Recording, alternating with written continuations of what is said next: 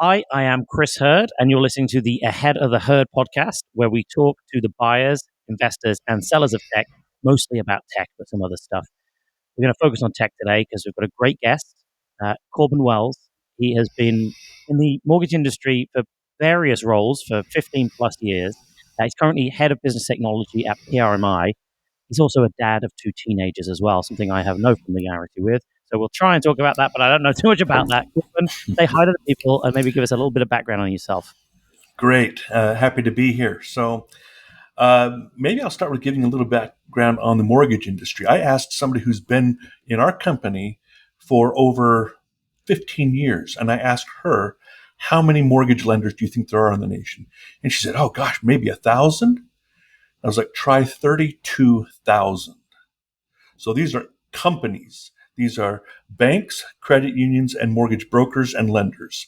So there's 32,000 of those in the company or in the country. Nobody has double-digit market share. So the Rocket Mortgage, the Wells Fargo, none of them have double-digit market share, more Interesting. than 10%. So it's a really interesting situation because it's a very mature market. There's thousands and thousands of competitors.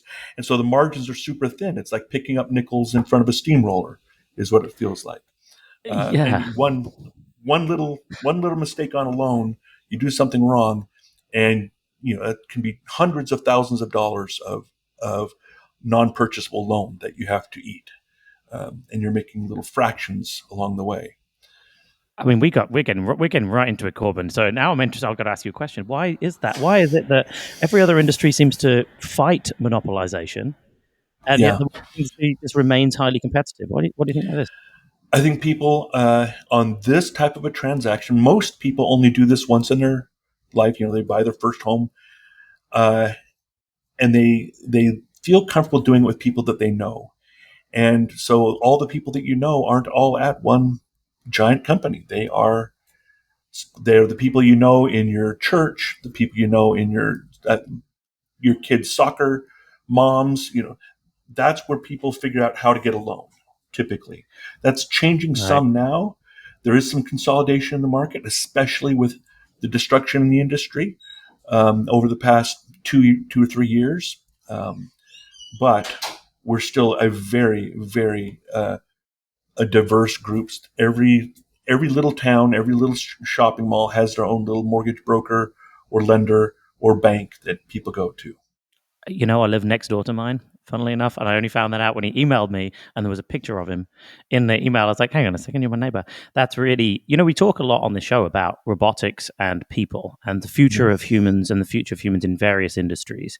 I was actually speaking with Jackie DeMonte last week, and we were talking about travel agents. My father-in-law still goes to a travel agent because there's people, but there's very few.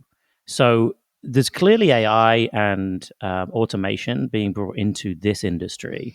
Do you feel that there will be? I think it was Rocket actually that announced they're doing an automated sort of AI, not mortgage lender. What's the word? Underwriter, like an AI underwriter. Do you feel that there will be more of a pushback in this industry against AI and automation than you would see in some other more traditional other verticals? I actually don't think so. I think we're going to see uh, a furious rate of adoption of this technology. So the mortgage industry, because it is so democratized, there's no big 300-pound gorilla. There's no efficiencies. Everybody is doing it the old-fashioned way. So when all the regulations came out after the mortgage meltdown at the end of '08 and '09, the cost of doing a loan, this is the cost that a lender pays to get a loan done. Back in 2004, 5, 6, it floated right around $4,500 per loan. That's what it costs to get a loan done from the mortgage lender's perspective. That number, as of last quarter, was no, yeah, it was $14,000. Oh wow. It was Okay. shocking. I thought, no, wait, it was 12. Our cost at PRMI was right around 12,000, but the industry average was 14,000. And the reason for that, the reason why the costs of doing a mortgage have tripled almost, is because of the regulation and the fact we don't have any automation. And so the mortgage lenders are being squeezed. And so now we are all in a race. How do we get the cost to do a loan back down? We've been adding all this technology along the way, but we haven't been able to squeeze down those margins any at all. And so we've taken a huge approach. So the challenge being a mortgage lender is you got 30,000 competitors. Okay, that's a problem, right? The advantage in that is if you want something, if you're struggling with a problem in the industry, it's not just you. There's 30,000 other companies who are struggling with that same problem. And so there is a very rich ecosystem of vendors who are like, oh, we can help with that. Oh, we can help with that. And they're looking to come and solve our problems. And there's thousands of those. And so because of that rich ecosystem, we have decided to take on the posture that if it is an industry problem, pretty much everybody in the industry struggles with this problem, we expect our vendors to solve that problem. We don't want to have to build something off the shelf or build something ourselves, right? We want to get it off the shelf. And if it's something more unique to us, then that's when we either build it ourselves or partner with a third-party developer company, something like that, to solve that problem. And so in order for that strategy to work, we have to be very good at picking the right vendor. That is key in our industry.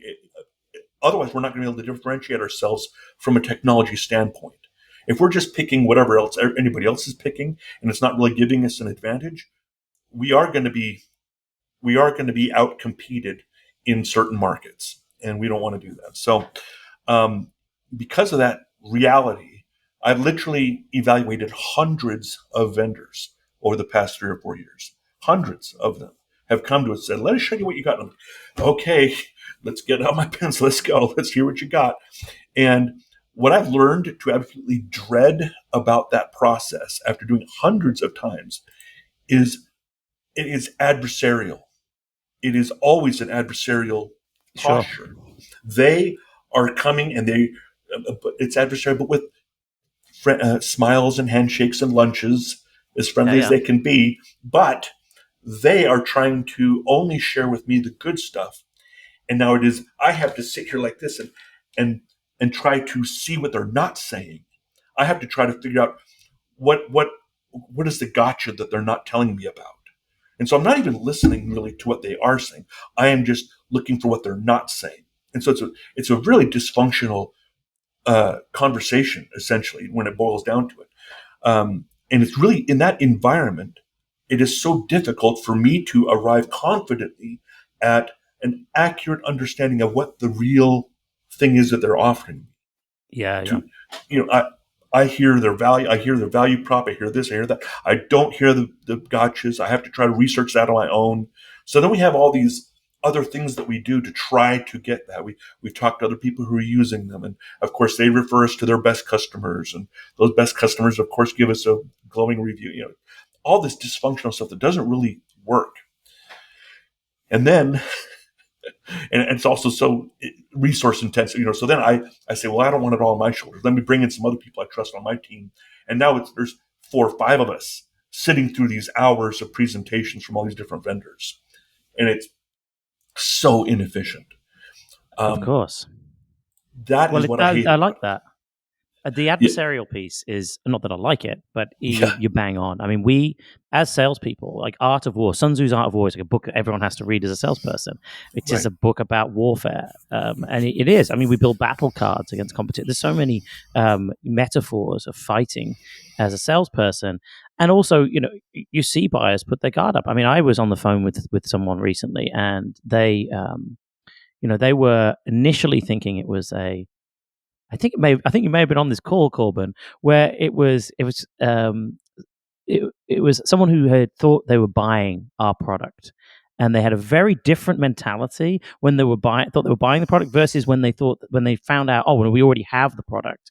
Yeah. And it's that natural that as a seller, I historically thought, these buyers are so mean. Why don't they give us a chance why don't they hear us out? But then on the buy side, that is been hardened into you like blisters on a weightlifter's hand. Like I have had years of BS from vendors that have caused me to have to put these walls up. So I mean, maybe you don't agree with that, but if you do, how do you come into these sales conversations with an open mind without getting sold to? So I do not do that. And I don't recommend anyone do that. Here's what I do. Okay. So first of all, when I started recognizing what I hated about it, I recognized that I was doing the same thing. So in my role, I don't sell software, but what I do often is I sell my executives on an initiative. Yeah, So I yeah, come to I say, we either need to buy this software, we need to take on this thing, and I'm coming to the executive saying, this is what we got to do. And so I decide something is a good idea. I take it to them and I polish it up in the most beautiful way I can to hopefully convince them using that adversarial, warfare thing again, trying to convince them that to agree with me. And my executives, they didn't like it. They didn't like feeling like they had to be the ones to figure out what I was not saying. They don't like being pitched like that anymore. And then I realized, you know what? I don't like this either. I don't like my executives. I don't like coming to a room full of 10 really smart people and have them all trying to poke holes in everything I'm saying. I don't like that either. And I didn't feel like they were listening to understand, and they weren't trying. They were looking to disprove what I was saying. They were not collaborative. Okay, so I got a lot of taste of my own medicine through that. And so then what happened is my mom sent me a book, and it's called The 3-Minute Rule. And The 3-Minute Rule is by an author named Brant Pinvidich, and it is about, I'll give you a short synopsis. This guy pitched TV show ideas to network executives. That was his company. Okay? And so he did this over and over and over again. And they used to spend tens of thousands of dollars preparing an hour-long presentation with all these support materials and assets to help convince the room full of executives at a network why this show they need to invest $10 million in this TV show. When he finally, after doing that for years and years, very successful, he came to a TV show that they could not figure out how to pitch it. They went through their normal process and they just couldn't get comfortable with it. And he had an aha moment. He said, get that network executive on the phone, tell him I'm coming over. And his team was horrified, like, what are you talking about? We're not ready for this. He got over there, and within 3 minutes, he pitched him the idea, and the guy said, don't give this to anybody else. Give me till the end of the day to give your answer. And they got it. And that TV show was The Biggest Loser. That's the name of the show, right? Yeah, I and remember. you think about it, how do you pitch that? Yeah, we're going to watch fat people lose weight and cry about it. That's a tough pitch, right? And people are going to, well, it was a great TV show. Everybody loved it. Did very well for years. And what he realized was through this process, he realized that people within 3 minutes of starting the presentation, you got 3 minutes to get them into a collaborative posture. And if you don't get them in that collaborative posture within 3 minutes, then they're gonna be in that adversarial, and they're gonna be poking holes in everything you say. They're gonna be questioning everything that you say. You can't hardly say, "Look, it's noon and the sun is up." They're gonna be, "Oh, really? I better check that." They can't just accept anything that you say. So I read that, I adopted it, and I started implementing that in my pitches to my executives. That was an absolute game changer. So what happened for me is I no longer came to a presentation trying to convince them to make a decision.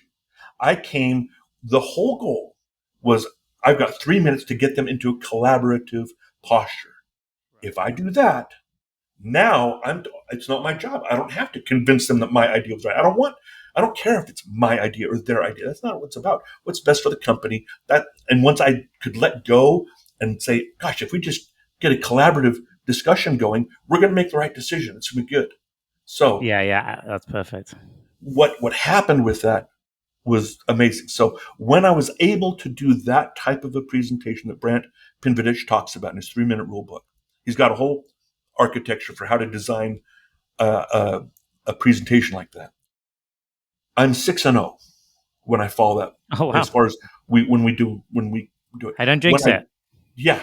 And when I don't follow that framework, I'm currently now, I just lost another one last week. I'm 0-4. Oh, my word. Okay. And I feel like those, at least 2 or 3 of those that I lost, I really think we should have done, but I didn't do the right Why did you stop framework. I using it? didn't. Why, Oh no, why no, it's didn't not you that use I didn't the stop. framework? It's just that it takes about 40 hours for me to prepare that presentation Okay. using that framework. It is not easy. Yeah, yeah, However, this is something, especially for vendors who are constantly, as their job is selling people, invest the time once. yeah, Really do it a good job once.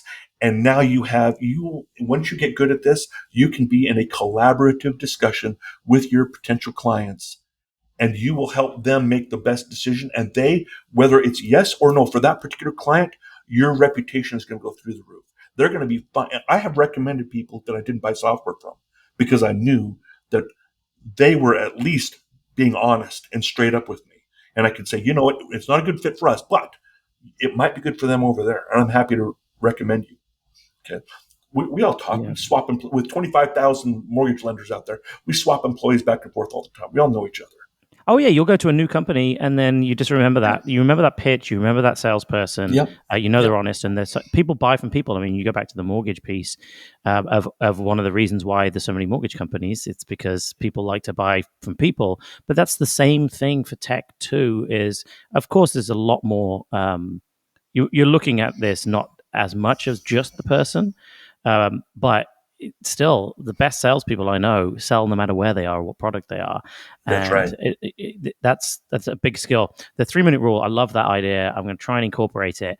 We've got some topics I wanted to cover. We've got to talk. We're recording this on Friday, July 19th, so we've got to talk about Crowdstrike at some Yeah. point today. But Yeah. before we get into that, let's dig into this vendor piece a little bit because I'm kind of interested. Are there any memorable vendor pitches on either end of the spectrum?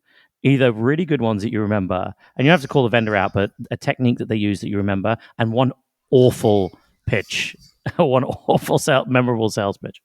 So I actually I've never experienced a vendor pitch the way that I would want to be pitched. I've never experienced that. Every time, without exception, I have experienced somebody coming and sharing all the good and withholding all the bad every single time. So what I'm looking for, and this is what Brant Pimvich talks about, come and share you have to give the good stuff, and within 3 minutes, you have to give them all of the really, really bad stuff, the stuff that you hope that they don't find. If you Okay, give me that, and I know, oh, he's given me the full scoop, I don't have to try to dig be around. a super sleuth. I don't have to figure Mm-hmm. this out. He's given it to me straight. And then when he says, yeah, we want to provide the solution only if it's really in your best interest. Now I believe that because he's given me the bad stuff. All that other, if he's not giving me the bad news, then I don't believe that for a second.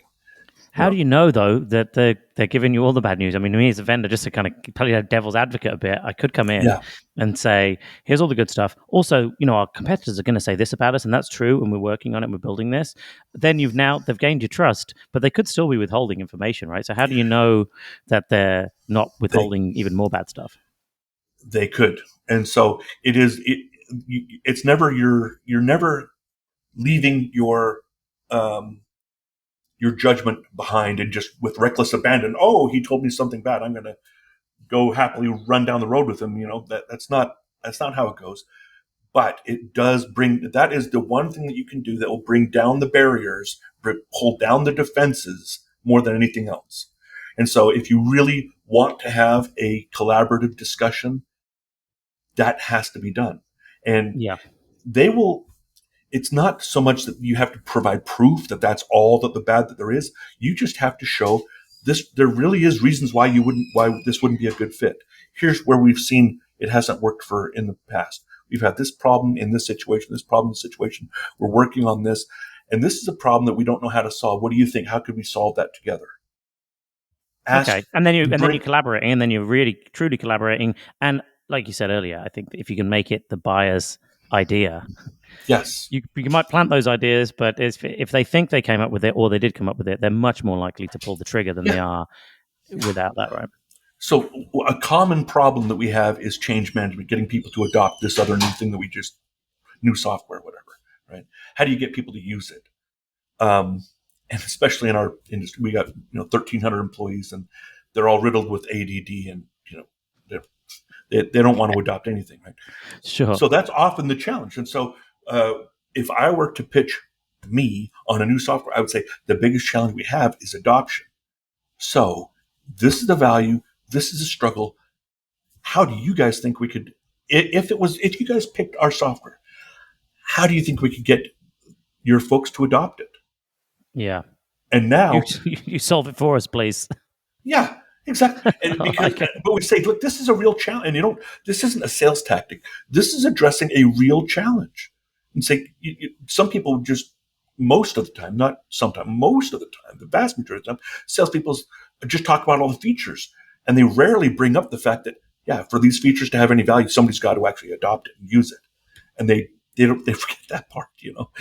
Plenty of times I sit through pitches, nobody talks about adoption or change management, anything like that. They talk about, we have support, we have these people, we do trainings, recorded trainings. That's not solving the problem. We need to come up with a strategy together of what will work in our environment with our culture to get these people to use it. What inside information do you guys have that can help us get your team to adopt our software? Do you guys, that's what we need to collaborate on. And so More you present the weaknesses. discussion. Yeah, in the sales cycle. Yeah, I mean, that might be because user adoption is so difficult and they want to avoid the conversation. That could be a part of it. But yeah, that's a really good point, is bringing the adoption conversation up earlier. I think what you're also saying here, Corban, which I like, is a lot of salespeople will get trained early in very advanced sales techniques, and they'll try and apply sales techniques early on without doing the basic stuff. Like people that they work on their macronutrients, but they still eat like loads of stuff and they're not exercising. Like work on the basics, right? And I think for as salespeople, the most basic thing you can do is be honest and transparent and build a relationship with a person one-on-one, and be honest and open. And we miss that piece because we're so busy trying to do these advanced negotiation tactics and advanced sales tactics. But really, you'll be a very successful salesperson if you just stick with the basics of be open, honest, transparent, build a relationship with a person, and only focus on deals that you have an opportunity not just to win, but to actually provide value to the customer. If you just focus on those deals, you're open, honest, and transparent, and you build a collaborative relationship with your buyer. That's all you really need at the core to be successful, I think. I totally agree with that. So when you say honest and transparent, those sound like good words. It takes tremendous courage to do that in sales. Yeah, true. To be truly honest, transparent, and have your client's best interests at heart. Okay? Yeah. If you can come in, and if you truly, in your heart of hearts, if you know that if you saw, oh, my software is fantastic, this solution is awesome, but it's not going to work for them. If you can recognize that and then say, guys, I would love for you to be clients of ours. I just don't think that our thing is a very good fit because of this and this and this. Help me. Am I wrong in this? If you can have that conversation, you get to use the words honest and transparent. If you can't sincerely think to yourself, yeah, I could totally have that conversation. And in fact, I've had a conversation kind of like that this one time. Then you don't get to say those words. You don't don't get to say, oh, I value being honest and transparent. No, you don't. You value getting the sale. And if you value getting the sale more than you value being honest and transparent, you're off. You're not going to, people are going to see it. You're going to be in that adversarial position, and you'll get some sales. I'm not saying you won't get any sales. I just say it's not going to be a very fun career. What you're talking about goes back to that book by Stephen Covey, 7 Habits of Highly Effective People. He talks about that. Those basics being principle centered. What is the right thing to do? That if you're that centered, if you really value true, correct principles of transparency, honesty, service, if that's what you're about, great. You will have a very fulfilling and successful career in sales. If you want to just earn money, you can do that. And you're not going to have any fulfillment, and your sales will be lower than they would otherwise be. I think there is an incentive issue here as well, though, where you have a lot of empathy for sellers, by the way, as a buyer. So good on you for being the empathetic buyer. I think there is an incentive issue here where salespeople are incentivized by companies to close deals, and they get paid commissions on closing deals. They don't get paid commissions on, in very rare cases, on the continued life cycle of the customer, and the happiness of the customer and the success of the implementation. And so that's where I think, as an individual salesperson, it can be challenging because your incentives are never actually aligned with a long-term partnership. They're aligned with getting deals done at a huge cost to the buyer. Maximizing the cost to the buyer and minimizing the time spent on the decision is ideally what the incentive is lined up there. So I think that comes to, it's not really just about the salesperson career. I think it's also about, if you want to have a successful career, you need to select companies that live those values, that have that honesty and transparency. That's really an even more important part than you. Obviously, if you live by it, you can try and act it. But if you're in a company that doesn't live by those values, ultimately your incentives are going to be to close deals financially. So I think the selection of the company and their values as a salesperson is really, really key to successful careers as well. Yeah, I like that.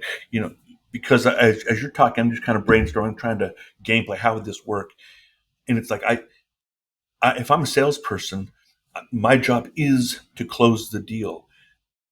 Unless you want me to handle onboarding and handle customer relationship long term Yeah. and handle adoption and gather feedback and submit that to the product team who's going to create the enhancements of the software. If you want me doing all that, then we're going to sell a lot less software because I can't focus on all of that and sell software. Yeah. And so you're right. It comes down to, you have to have a team that shares those values and a company that shares those values, so that after I have this wonderful relationship with a great salesperson, we decide collaboratively, wholeheartedly, yes, this is for us, and we sign up and we go forward. That I'm not immediately dumped in the soup The by customer somebody success team right, sucks. Yeah, right. yeah. That happens way too often. Honestly, I think the I have companies. experienced that. Yeah. Oh, I bet, and that's the worst. And but the reverse happens too. By the way, there are companies that invest heavily in product and customer Mhm. success, and not in sales, and they're hard to find. They're not always top right of the quadrant, et cetera, et cetera. But when you Yeah. do find them, those are gems. When you have a bad sales cycle, but you grind through it, and then you, on the other side, it's like, what is this oasis you've built behind it? Now you need to invest more in sales. I think that happens too sometimes. I've seen that too. More Well, yeah. rare. Uh, I've found a couple vendors like that who, they were very quiet, and in fact, one of them we found after we made our selection. Like, we looked everywhere. We tried to pull in every vendor who did this thing. How come we couldn't find you? Well, our website, blah blah blah. It's like, guys, I have to be able to find. I went through every MBA, like Mortgage Bankers Association. They have a conference every year. We got Okay. a couple other trade show things every couple of years. I went through everybody there. Everybody registered. I couldn't find you there. I couldn't find you here. What is your deal? And they said, well, we're just word of mouth. Well, okay. Building good product. I mean, it's a shame. Talk about incentives. I mean, building a good product is not necessarily as incentivized today. You can really sell a lot of poor product if you invest heavily enough in sales and marketing as well, which is just a Yeah. shame about them. Yeah. It's a shame. Anyway, I'm sure me and you could talk about buying and selling technology till the cows come home. I want to make sure that we get in this Crowdstrike thing, because this is something I wanted to ask you about. You're the first person that may have to, like, evaluate and purchase cybersecurity solutions that I'm speaking to about this topic. So Yeah. obviously, if you haven't read it, CrowdStrike had a pretty major outage that took out the world yesterday. I think one of the biggest ones I saw was Sydney Airport. Their entire system went down, so they just had a blue screen of death on where you're waiting for your planes. My question about this is, I often am intrigued by the build versus buy decision, which you touched on earlier. Sometimes you have to build stuff yourself, right? Mm-hmm. This is clearly a huge amount of trust we're giving to one vendor, a huge amount of access we're giving to one vendor. How does this CrowdStrike incident have impact on your thoughts and the broader market's thoughts about that build versus buy decision when it comes to security? Yeah. Well, first of all, let me just echo that it is a global problem. I was on the phone before this call with my offshore team in India. All their airlines are shut down. All their airports are shut down. It is like global. The Delta, United, American, they're all shut down right now. Um, it is chaos when it comes to how the impact of this thing. So now we are less impacted in our industry right now. We're generally able to do work, but some are not. And so, just what is, how do you protect your company from being shut down like this? And this isn't obviously it isn't even a cyber attack. This is Yeah, just a code, so an a update, really bad right? bug, right? Yeah, Yeah, and I would think, well, gosh, roll it back. Don't you guys use GitHub? Come on. Um, I that's a good guess not. point. That's a I good guess point. I don't know. I haven't done the research to know exactly what caused this type of a software challenge that you can't roll it back pretty quickly. All I know is that it's still a struggle before we started this call. So when it comes to the decision of build versus buy and having enough separation from one thing that could take everybody down, that is a philosophical problem. So everybody, my CEO, super sharp guy, Kenneth Knudsen, he came to us last week and he said, so we're all excited about cloud, getting everything in the cloud, right?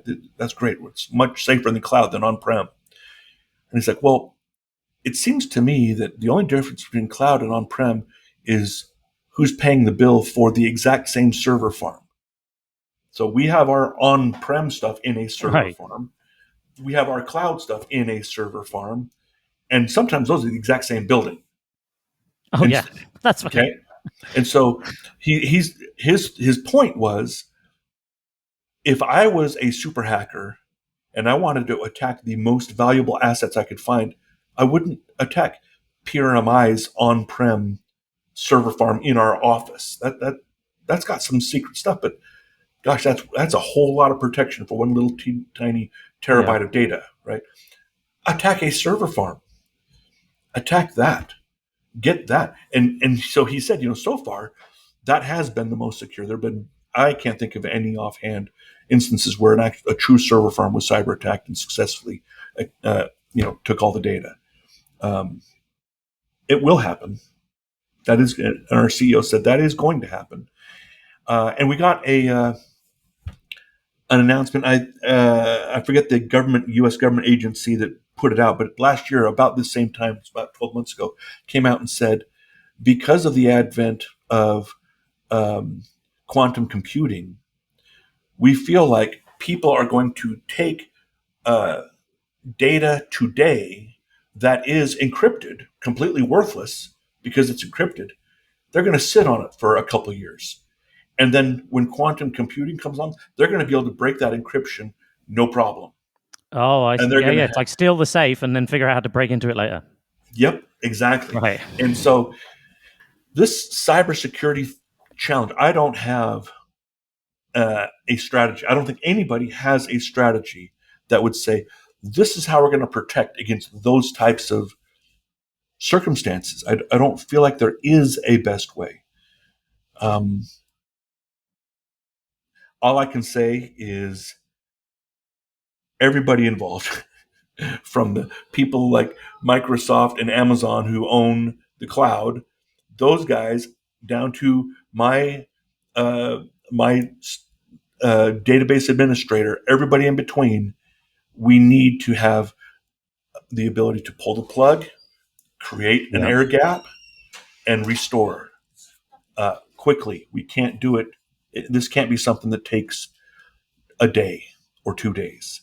There's I mean, too it's much critical infrastructure that is 100% reliant on this.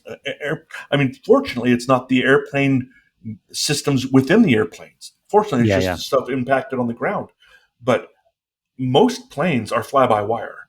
Most jet airlines, they're it's Right. fly by wire. It's software, and so there is nothing that is safe, that is impermeable. Everything is vulnerable, and we have to be able to reboot and get going again quickly. That is the only thing I can say. Look for Well, that if strategy. if you listen to this podcast often, you're going to notice a theme that I get kind of negative about tech of the future, and there's a lot of fear out there. So we're fitting in. It was almost too positive for too long there. It is definitely I mean, it reminds me of 2000, right? When we thought the airplanes were going to fall out the sky and they didn't because of the clocks turning over. Right. I forget what it was called, Millennium Bug or something, Yeah. right? Right. Yeah. Um, it the fear was there, but nothing happened. But it could very well, and now we're getting to the point where it could very well happen. So we've got to wrap it up soon. But in terms of this, I am intrigued by the depth of access that CrowdStrike had, and what that and that software has in general. Just so much control that they have now. Do you think we'll get to a point where you might need two vendors for every major like core function that's just a backup? And could there be even an industry? This was just sort of brain fart that I came up with, but like, could there even be a cottage industry of backup versions of important software that are just emergency, like a power generator, emergency generator, but for firewalls or something, right? Where if something fails, we can at least turn onto the backup. It's not as good, but it'll keep us going till we get back online. Like, are we going to get to Gosh. that point? So the economics of that will eventually justify it. Right now, the economics don't justify it for any industry. Mm-hmm. The the cost of doing that mortgage, which currently is $12,000 to $14,000, depending on the year. Currently, about a third of that is software and systems Oh and tech. wow! So Okay. now you're doubling that, right? Yeah. With the backups, Okay. yeah, And most industries are like that. Healthcare is like that. sure. Finance is like that. Aviation, So we found out, is like that. aviation, right? So I think the economics of it will require it eventually, and when it does, that's just a shame. This is a situation where crime is the problem. This CrowdStrike Yeah, thing, this is not crime. no, This is just error. That's forgivable once every couple of years. We understand that, as long as nobody dies, okay? As long as planes are not falling out of the sky. Um, the we need to rely on our governments to collaborate better across international lines and root out these bad actors and make it much more risky for them to do what they continue to do. We were hit by a cyber attack 3 years ago, and the lack of help from any government support, from any government agency whatsoever, was shocking to me. I thought that when we yeah. called the FBI that morning, I thought that we were going to get somebody on the phone and actually You wanted to called the work with FBI. You got us. to call the FBI. That's so cool. Not that it's We cool that you did. got cyber attacked. I'm just saying it's kind of cool that you call the FBI. Duchovny Well, was on the phone, like Mulder and Scully picked it up, or no, we left a voicemail, and they got back right. to us like a week later. Okay, They're very and when they got back to us, they said, "Oh, who was it? This company? Oh, yeah, okay, great. Well, nothing. We're aware of them. Yeah, nothing. They didn't want to even know any more than that. They didn't. They couldn't do anything. Didn't care. And I'm not trying to bash the FBI. That might come across. I feel like it is because the people who act as they're not in the United States, right? Yeah, sure. That's not where they're based. We need to work across international boundaries and figure out how to chase down these people and hold them accountable. Um, it cannot be I get to do this thing and I become a millionaire within a couple months. This is fantastic. Why haven't I done this before? That's the approach that they have. Well, I will try and be optimistic as I can that governments across the world will collaborate to solve these problems. Like history makes me lean slightly more on the pessimistic side, but hopefully we can figure it out. But just if you are going to update your software today, when you're listening to this, just maybe you pause. My mom, who's left, when she, God rest her soul, when she used to be on the laptop, she would never update, right? And I was always like, you got to update, you got to update, you got to update. Maybe she had a point. Maybe the update, if people had just left that update button for one more day, then maybe they'd be okay. But Corbin, Well, this has been a great chat. Uh, yeah. could talk to you all day, but we've got to wrap it up. Any parting thoughts on anyone that's in a similar role in business technology in the mortgage industry? We've got next 6 months, next 12 months, top of mind for you. What's some advice you've Yeah. got, and what should they be looking out for? There's about 20 solid vendors out there who are automating the loan fulfillment process. Rocket Mortgage talked about it. We went through a pretty lengthy selection process. There are good options out there, and you need to pursue those because although the efficiencies are not reported in the data currently, in 2025, you're going to see significant players pull that number down as to how much it costs to do a loan. And so you need to get after it. Okay, That's my advice. Get after it is a great way to close it. Corban, it's been great to chat today. I'm sure I'll speak to you again soon. Thanks for being again, part Chris. of it. Appreciate Cheers. it. We'll See ya. Bye.